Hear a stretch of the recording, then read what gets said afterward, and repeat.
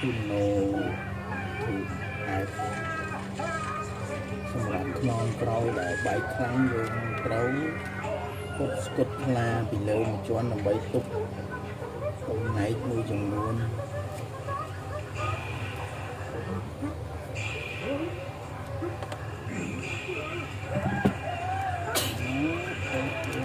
ទៅបងទៅ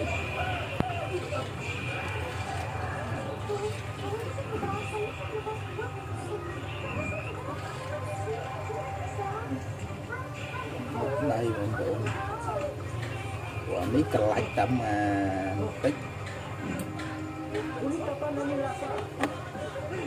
យើងបែងជាប់សាច់ហើយ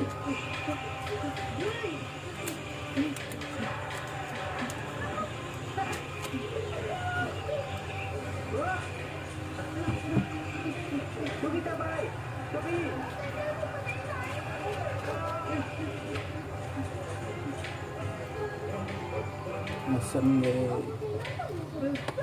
ឡប់ដោះចឹងយើងវាពិបាកតិចព្រោះអី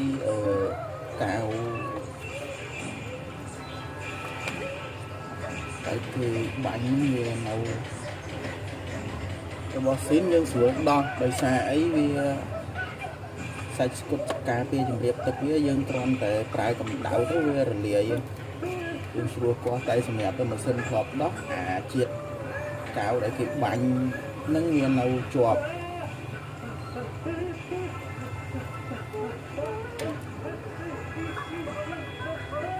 អរគុណសម្រាប់ការទស្សនាវីដេអូខ្លីៗរបស់ខ្ញុំបាទសូមអរគុណច្រើនសូមសំណាងល្អ